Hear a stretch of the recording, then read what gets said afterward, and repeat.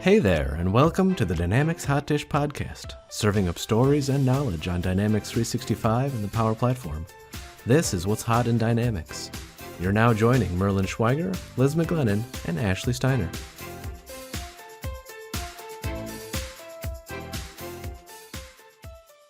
So did you guys know that like side parts are now like what people consider like the mom jeans of the 90s, like what women wore in the 80s? Did you know that? No.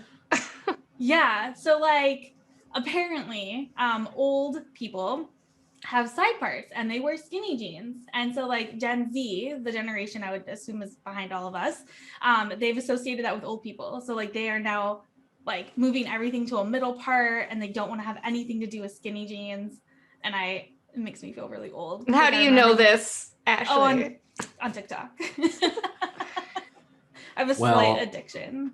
I'm just glad that now the two of you can feel a little bit old, since I'm pretty sure we made fun of me being old previously. Well, but Liz doesn't have a side part. So not anymore. I've moved on without even realizing that was a trend. But I can't have a middle part because like I have a cowlick right here. So like if I moved it, it would like, it's going to look weird. Are you going to show us, Ashley? Yeah, I can show you. Yeah. For all the people listening to this, like I'm parting my hair in the middle and you can see the left side is like buoyant. Buoyant is, I think, a good way to describe it, yes. So no, we're not doing the middle part here. But the skinny jeans, I don't understand. Like, how do you wear boots in the winter if you don't have skinny jeans? Yeah, I was going to say, so what is in style if it's from a jean perspective, if it's not skinny jeans?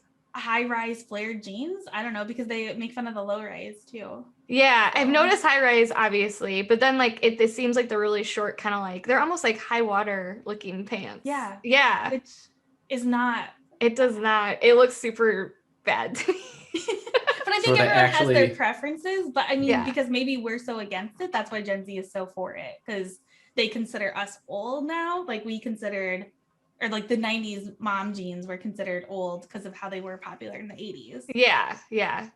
Which is funny because I remember when I thought I would never even wear skinny jeans. Like back in the day, I was like, when they were new, I was like, I'm never going to wear these. And then you adjust. But I feel like the short, like crop pants and high water, or like the high water and high waisted pants are bad for my body type too. Like I'm so short. I feel like they look better on like taller people. Yeah. And what kind of shoes do you wear with that? Like, I wouldn't even know what kind of shoes to wear with like, because I'm so short. Maybe my jeans have always just been too long and it covers my shoes, but I think you wear whatever shoes you want.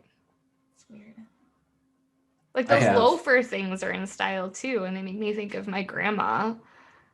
Have you seen those? Like what kind of loafers? Like the Minnetonka sandals or like different than that? No, like, not moccasins. Okay, more not like moccasins. Loafers, like slip-on kind of, not like ballet slipper flats. Like I think those have moved on too. Like they're something new.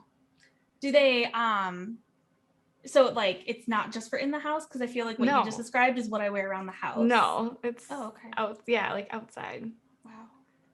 I'll send you a picture. This whole conversation is making me feel just old though. But I will say, I think something that's come back and say are like those real chunky, like platform type of shoes. And those remind me of the 90s. Yeah. Or like early 2000s. I just bought some Vans that like the like bottom of them is a lot thicker than like the normal ones.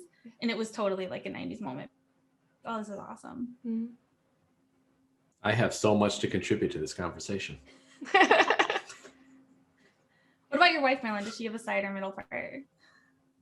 He doesn't know. Hopefully she doesn't listen to this. No, it's got to be side. It's got to be side. Yeah, so she'll feel like I do. Like it's what you grew up with. I mean, you trained your hair for what, years to side part? There's no way people are gonna like the pain of going back to the middle. Super easy to switch back. Yeah, okay, you don't have a cowlick on your forehead, Liz. Anyway. Yeah, so what we're going to talk about today, other than how we are now old in the eyes of Gen Z, we're going to talk about sales insights. And and how benefit you guys in the different areas.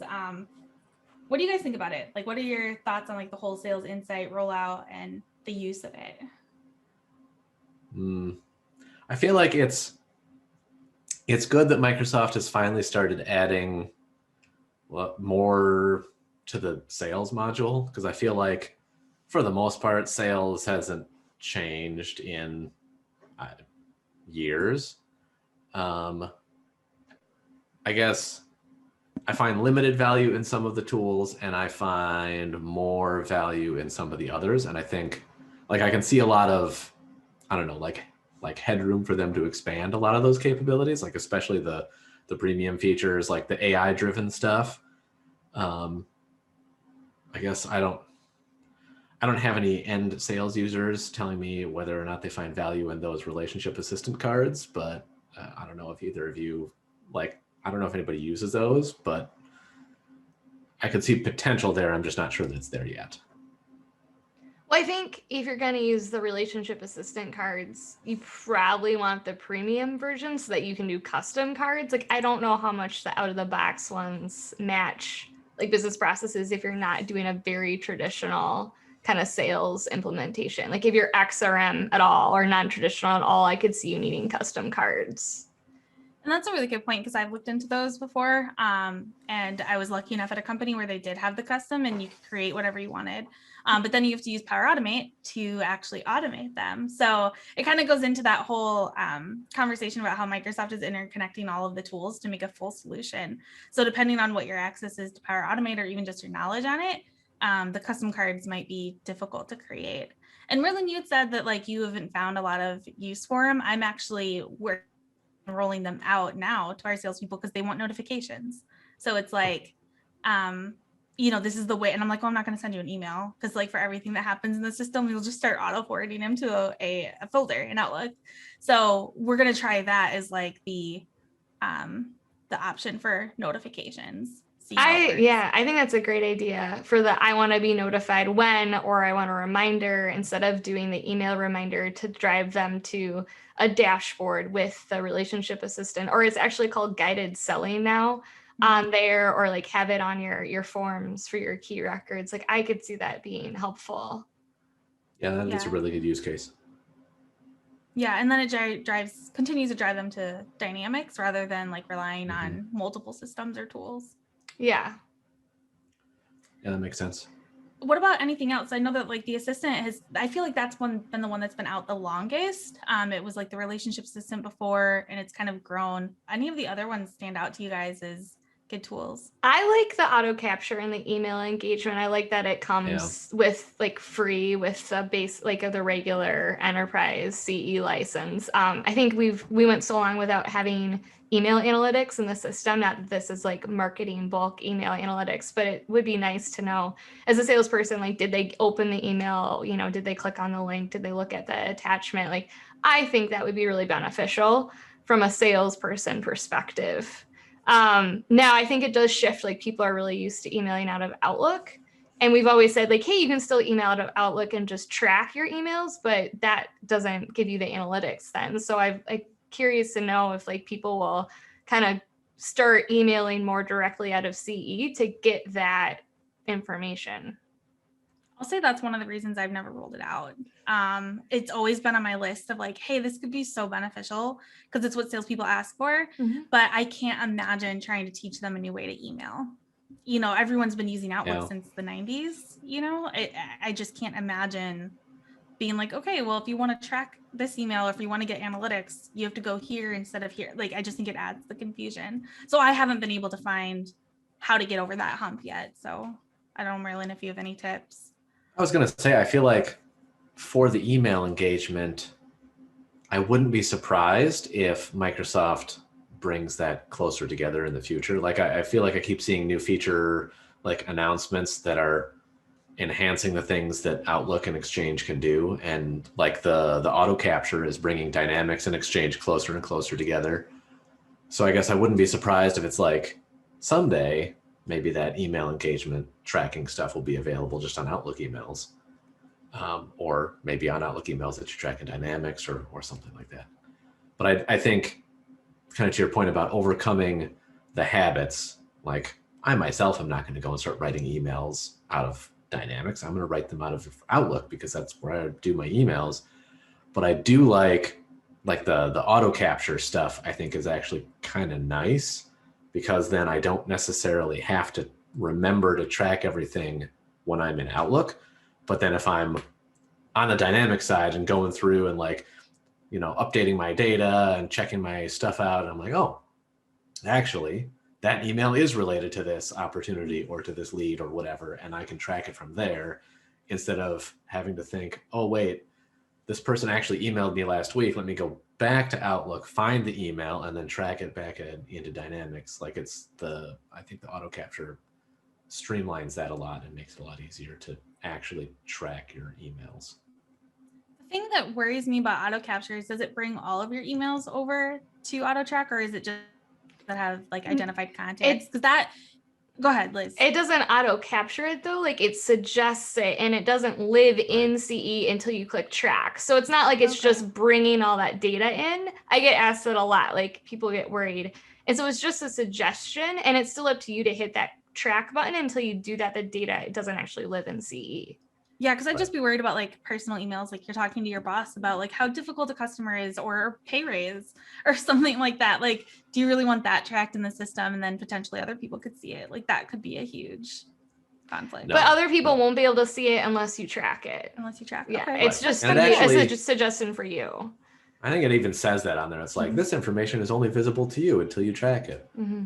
Or something That's awesome. like that. But it's like it's surfacing that data like real time out of Exchange to say, hey, this is another like batch of emails that you sent to this person. Do you want to track them? Mm-hmm. And you can say yes, and then it actually copies it over. Or you say no, or just ignore it, and it stays in your mailbox. Yeah, and your concern, I think, is very like valid, Ashley, and that's why like I don't normally recommend the like sync all my emails setting that you can turn on, because I just don't think it's good to have everything integrate, right? Because of that, like there is going to be private or confidential information or email that you don't want to be like public in your CE system. Absolutely. And you probably delete your emails in Outlook a lot sooner than you go through what is in CE and like start deleting things or removing it. So I could see that being a huge problem. Yeah. So the thing with Sales Insights is like, what I've noticed is like, there's this, like you had mentioned it, Liz, is there's these standard products that come with it, but then you also have the premium. What are your guys' thoughts on like, you know, that there's an upcharge for some of these, or because, you know, Marlon, you had mentioned like there hasn't been a lot of changes in sales for a while, and now we have to get an additional license to access all this AI stuff. Yeah, I mean, it makes sense because it is giving you more kind of AI stuff. Like running all those AI models is going to cost Microsoft more to operate in their data center, right? So it makes sense that there will be an upcharge. And I think kind of to that point of like, because sales has been so static for so long, people kind of get complacent. Like if you roll too many new features in at no extra cost, then I don't know, how are you ever going to justify cost increases later? And honestly, the additional things are quite numerous and give you a lot of capabilities. Mm-hmm. Like all the different analytics, the who knows whom, which I think is actually kind of fun. So that's another thing that like is bringing Dynamics and Exchange closer together to be like, oh, well, you're emailing this lead. Well, this particular person is in Liz's address book and she emails that person all the time. So like, maybe you should talk to Liz before you reach out to this person. And like, that's exactly the sort of thing that you want to surface to your salespeople instead of having them go, okay, well, I got to remember to go like, look at open cases and I got to look at this and I got to look at this to see like, oh, okay, who's actually talking to this customer? Now, like it's just presenting that to you to be like, these are the other individuals in your organization that are having a lot of contact with this particular customer. Now you know who you can ask and be like, oh, Liz talks to this person a lot. Liz, what's the deal with these guys? And then you can just have a conversation about it. The one that always intrigues me is the forecasting. I've played around with it quite a bit. I know that it has a lot of room to grow. Like I'm not going to try to oversell it here. And for like our business model and how we price and do things in Dynamics, we couldn't use it just yet, but I continuously try to test it to make sure, see if we can.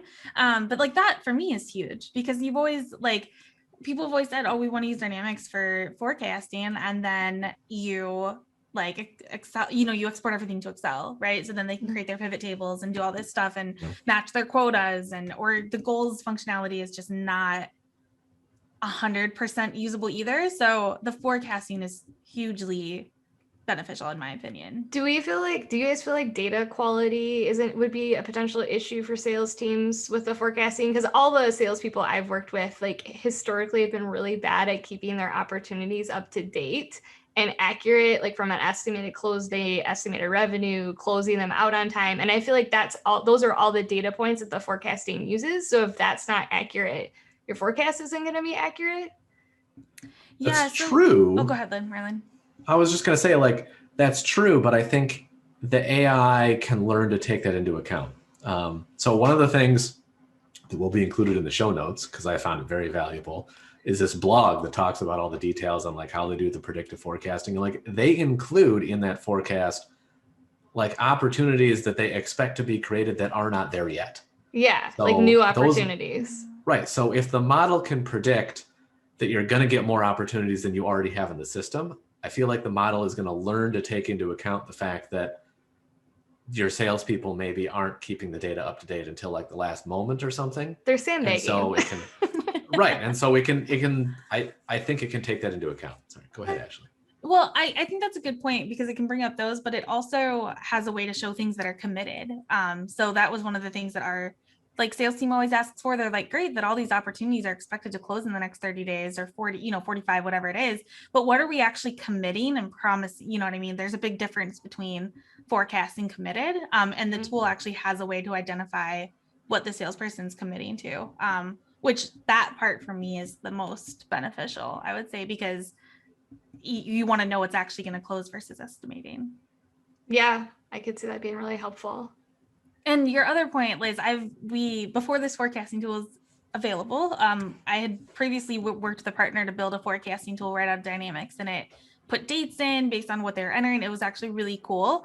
Used custom entities, pretty cool thing. And the salespeople learned very quickly how to update their opportunities because we would send out their forecasts and they would be like, no, this is completely wrong. I don't have that much. And we're like, well, this is what you have in the system. So I've seen them be trained when you start to pull the forecasts out of Dynamics directly. So you're saying like if you enable forecasting, perhaps and use that tool to forecast or CE to forecast, then perhaps they'll keep their data more up to date because they'll know it matters and it actually impacts it versus kind of managing that on the side. Because I feel like a lot of teams just manage that somewhere else or in Excel or something. Absolutely. I think most companies probably do that today. Right. It comes up in a one-on-one and that's it. Yeah. And it's on a spreadsheet and that's the only spreadsheet that makes it up. So like the president or the person in charge of sales or whatever is the side spreadsheet. And they think it's coming out of Dynamics, but it's probably not. Right. It should be, but it should be. Well, but I think that's a good point too. Like in addition to the AI model learning, you can also train your users if the data that they're putting in is actually visible and someone's actually looking at it, then they're more likely to keep it up to date, right? Whereas if you know that all the forecasting is coming out of that spreadsheet, you don't need to keep your opportunities in CRM up to date because nobody's looking at that data. It's always getting like cleaned up and put into the spreadsheet. Mm-hmm. So it's not a priority. Yeah. And I think that also helps with the analytics ones, right? Like there's this notes analytics, relationship analytics. I mean, you can use like the more you put into the system and the more you tell it, the more it's going to spit back out. Because I know a lot of salespeople are like, oh, it would take too much time to put all my activities in or put my notes in. So I just like a journal next to me. And I'm like, yeah, but if the system could take those notes and start to come up with next actions or next steps, or, hey, because of these 3 phone calls, you can expect an opportunity in 3 months or something like that. I just think that they'd be more likely to use the system. Right. The more that it helps them, the more that they're interested and invested in using it. Yeah. Mm-hmm. I think that's, I guess from my perspective, that's the value of most of the premium features is it gives you the opportunity to have salespeople, like to have the system actually help them instead of having the system just as record keeping for management. Because I feel like a lot of organizations, a lot of their, opportunity tracking is just, I need to know, like I need my boss to be able to see what it is that I'm doing. And that's it. Like it's not helping me at all. It's only helping my boss. It's only helping the reports. And those premium features, a lot of them feed back around to actually help the salesperson.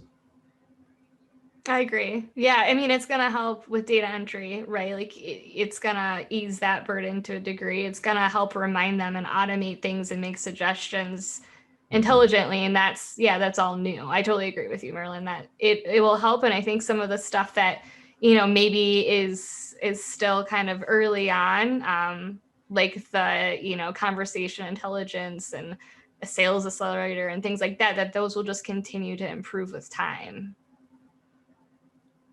I agree. I see that, especially because it's a premium feature, this is where Microsoft is going to put their investment in R&D.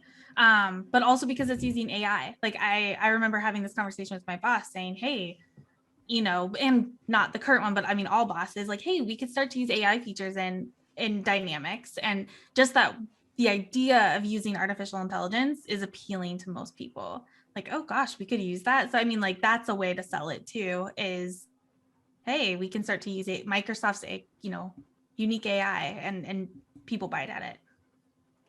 Yeah, that's a hot trend. Everyone wants to jump on board with that, right? Agreed. Yeah. It's true. Conveniently, it's a trend that Microsoft is like, it's not just a trendy thing.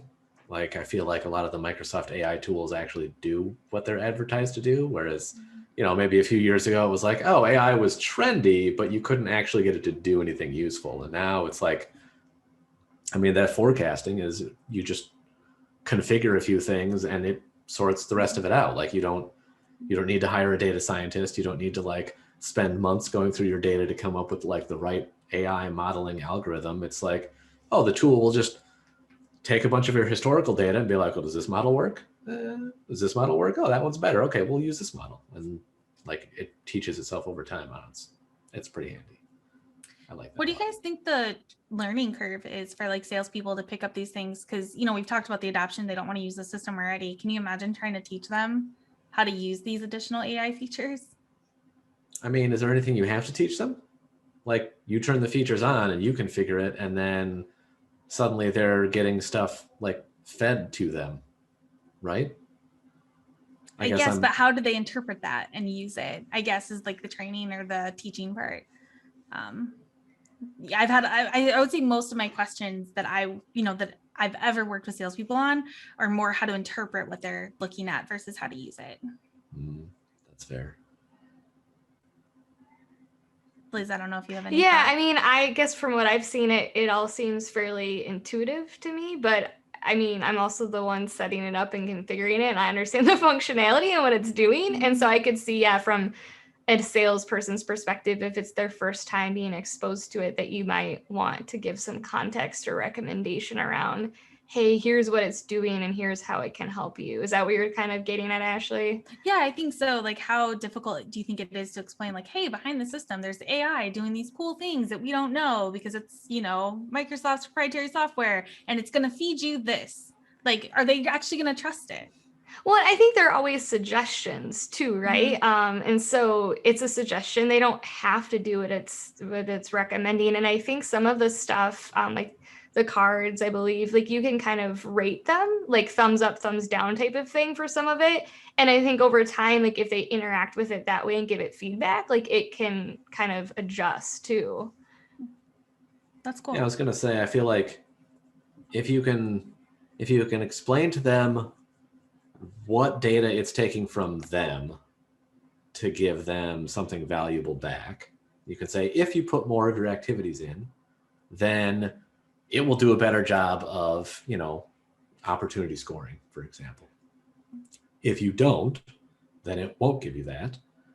And so you can encourage them to, try it on a few opportunities at first, like track more of your activities and see if the score is valuable. And then what you hope for is that they see that the score is valuable, and then they start tracking more and more of their activities, because now it's actually, readjusting their opportunity list on a score and saying, well, spend your time on this one because you're going to win it, and don't worry about that one because you're probably not going to win it, right? And then you have to hope, I guess, then over time, they start to realize the value that the system is bringing them. Like, it's not going to be a 3-day training course and suddenly they're like, all right, I'm on board. Like, I'm using all these AI features. Like, it's going to be kind of a slow burn over time to be like, as I do more data, as I use these tools, like they get a little bit better, they get a little bit smarter. Oh, this is actually saving me time. Oh, this is actually bringing me value. Oh, this did actually help in that sales cycle. And they'll just sort of slowly build up that trust, I think. I agree. That's a question I get asked a lot just from sales leaders is like, hey, my people are putting all this information into it. It seems like it's only telling me back what I'm putting in. And I think that this bridges the gap between that, where you can start to get analytics and, suggestions based on what you're putting in. So right. I think it answers that. It's pretty cool. Definitely. Yeah. I mean, I think to your point, Merlin, over time, if they use it, they try it, like they will realize that it helps them become more efficient and ultimately probably sell more. And once the salesperson realizes that, like they would be on board. Right. Sort of your ideal use case would be you've got two top tier sellers and one of them starts to rely on the new features and the other one ignores the new features. And the one that's using the features starts selling more and more and more and more and more. And the other one stays stagnant. And then you can use them as your poster children and be like, look, see, I mean, I don't know. I can't say for sure, but Jim over here is using these features. He seems to be selling a lot more than he used to. And John over there, he's kind of the same. He's not using the features. So, you make your own decisions, salespeople. Mm-hmm. And that's so funny because it drives on the competitive nature of salespeople too. Right. Yep. Right. So if you guys were looking at these, and you had to roll out, one or two in the, just to start with, which ones would you guys recommend to people after kind of looking through them? Out of the premium list or just in general? Let's start with general. Let's start with the standard and then go to the premium. What are your guys' thoughts? What do people have to have? Well, I mean, if you standard, you should be using auto capture and email engagement. And that's basically takes no setup, right? I mean, so to not use that would be kind of wasting out of the box functionality that's there. Yeah. And I guess I found when I was looking into email engagement and stuff too, I didn't realize it would recommend email templates and kind of rank and score those on their effectiveness. So I think there's a lot there that you can take advantage of that people really aren't doing or aware of today. At least not the customers I've worked with. Yeah, I mean, and any of the companies I've been, we are not either. Yeah. I agree. I would say the auto capture, it would be the one thing that I would make sure was turned on, just because they're only suggestions. They might be helpful, but it makes it so that you don't have to jump back and forth between applications to get your emails and activities tracked in. If you're on the premium feature list, I feel like the Who Knows Whom is probably one of my favorites. Just because it gives you that visibility. Sorry. Is that kind of like TeamLink in LinkedIn Sales Navigator, or do you not know what that is? Yeah, same idea. It's more in depth. It's a similar idea. It's like TeamLink is relying on your LinkedIn data exclusively, right? Whereas the Who Knows Whom is actually trolling through your Exchange server. It's literally looking at who your coworkers are emailing to say, yeah, that person emails this person a lot, and showing the strength of that relationship. Whereas TeamLink is only going to show you if somebody's connected on LinkedIn. And if you've got that one person on your team who just accepts every invitation that they get from anybody in the entire world, that TeamLink data is not actually that valuable, right? Because you're oh, so-and-so. No, I have no idea who that is, but they sent me an invitation, so I connected with them. That's not that valuable. Whereas the Who Knows Whom, you're having active interaction with somebody, that is valuable information. I wonder if that could be used to find out if salespeople are stepping on each other's toes and emailing the same people. I always think of a way to, a better way to manage that in sales. I don't know if any of those tools do that, but I know that cross selling and that kind of thing tends to be a problem. It's fair. It would probably show you, but you'd have to look I guess I'm assuming you'd have to look one at a time, individual basis. What about you, Liz, on the premium features? What are you people have to have this? Yeah, I think it depends on the need, the requirement, to be honest. I think if you need scoring, now that's an out of the box feature when you used to have to look at a different solution for that. So I think it just depends on the team and what their requirements are. I know it's kind of a cop-out answer, but Did anything stand out to you that you were like, I'm going to go into organizations and be like, you have to have this? Like, no matter what their requirements are. There has to be one. I mean, honestly, I'm going to agree with Merlin that I think the Who Knows Whom was what I've been most excited about for a while. Like, I remember seeing it, like it was under NDA and like previewed at Nashville Summit with Merlin, and thinking it was awesome then. Remember that session? I do remember that yeah. session. It was awesome then. It was, and that was like 3 years ago probably. And so that's something like I've been excited about ever since I saw that. That was my first like exposure to it.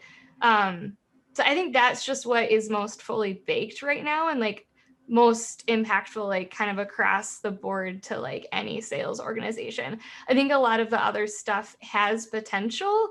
But like from what I've seen and heard, like the notes analysis, the talking points, like conversation intelligence, like that stuff's just, I think, earlier on in its like life cycle of functionality, if that makes sense. I don't know how useful that would be right now for a team. I think it also depends on what you're selling. And right? Yes, yeah. I'm going to say first, that was also a cop-out answer, Liz, because Merlin had already said it. But my next thing is like, is any of this considered noise to the salesperson? Like, could you see it just being like, if everybody turned everything on, like, it's just going to be noise at some point. Yeah, right? I probably wouldn't try to turn it all on at once. Like, I would prioritize based on the team's needs, and kind of introduce them over time. I think it would be overwhelming to try to roll it all out at once. Right. Well, and like the talking points, to pick on poor talking points, and I felt this was the same case when it was the inside view equivalent of talking points or the LinkedIn like icebreakers. Like I think it depends on who you're approaching to sell to, whether or not those are value add. And like in some industries, in some organizations, you're cold calling people that you don't really know, but you want to like find a quick connection with them, then maybe there is great value there. But if you're a Microsoft partner and you're trying to sell services to companies, you already are getting enough information like from the customer that you're not cold calling anybody that has not already raised their hand, right? And so you don't necessarily need to use that same level of like, hi, I'm so-and-so from wherever, and I'd like to tell you today about extending your car's warranty. You're not a telemarketer. Right. Let me talk about these specific talking points. Like they just don't apply in some industries. Like that's not who you're calling. Yeah, and that's why my answer. Go ahead, Ashley. No. Go ahead, Liz. I think we were going to say the same thing. Well, I was going to say that's why I said it depends, right? On who you are in your business, on what's like what would be the highest priority out of the premium features list to deploy. Yeah, and I was going to say that was a good point that Liz made earlier about assessing your requirements or your needs before you roll these out, because some things might be more beneficial sooner, or some things are just newer, so you might want to give it some time to bake. Mm-hmm. Right. I do like, though, I feel, Ashley, you brought up a very good point earlier, that using the assistant cards as your method of notification for things, I think is a good use case that you could probably apply in most of the organization as well. But you probably, yeah, and you probably need the premium relationship assistant Right. most of the time. Yeah. I will let you guys know how it goes. Please do. I'll be curious to hear. I'm also probably going to be deploying them. If my customer gets the premium level, we'll be deploying them in the same way for the project I'm on. So we can do a follow-up podcast on it. We should. That'd be exciting to hear, like if it was successful and how the salespeople took it. Yeah. Yeah. I'd like to know. Anything else you guys have like on Sales Insights that you found interesting or have used?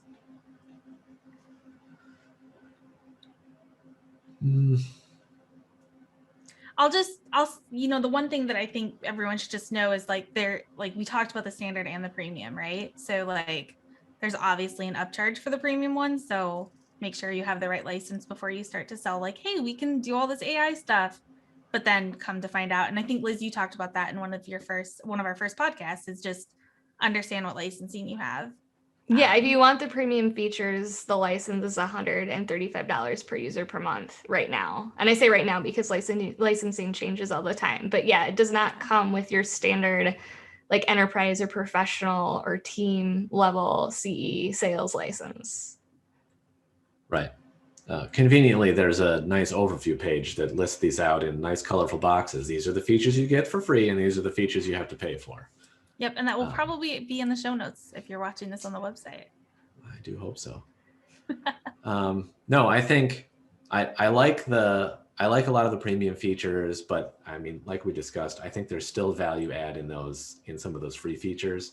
And I mean, even if you can't get the custom cards in the assistant, it can't hurt to turn it on and get users used to like seeing those, showing them something, anything, you know. Do you want to follow up on this opportunity? You haven't touched it for 2 weeks, kind of things.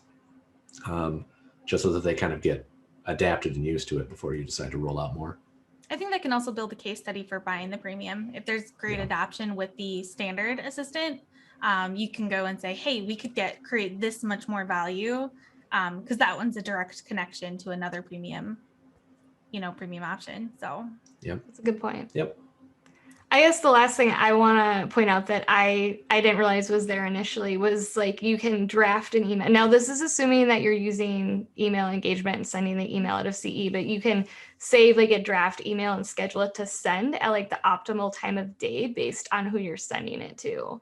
And that's something I know when I was a salesperson, like I would just send the email as soon as I wrote it, but not think about, is this the best time to get this person to read it? And it takes time zone into factor too, if you have Bing Maps enabled. So that's just something I thought was interesting that I could see salespeople leveraging. They must have taken that from Dynamics Marketing, because when I was working with that a couple of years ago, like they had that feature where you could either send the email, schedule it at one time, or you could schedule it at everyone's optimum time. So that's also data that Microsoft is collecting from when those people open your emails, and then they'll start to fall into blocks. So it'll just say, hey, the next time that there is an optimal time, it'll send. So Right. I love to see that cross between the products that's Yeah. coming in from Dynamics Marketing. That's awesome. Yeah, and so you can choose like the system's recommended optimal time, or pick to like just schedule it for the time you want it to, either one. But I just thought, yeah, that was a really cool feature that I'm not used to using or having. Yeah, I didn't know you could do it on a one-to-one email. That is actually almost huge. Yeah. Nice. And it's a free one? Yeah. There you go. Value add. Liz was It's really part of excited email about engagement. I was like, this is really cool. that. Awesome. Well, I think that's everything we have for today. Any last thoughts? No? Nope. Cool. Well, we're excited for next time, and talk to you guys later. Bye. See ya. Bye. Thank you for listening to the Dynamics Hot Dish Podcast. For additional content and previous episodes, check out our website at dynamicshotdish.com, follow us on Twitter at DynamicsHotDish, and subscribe to our podcast for notifications. Thanks. See you next time.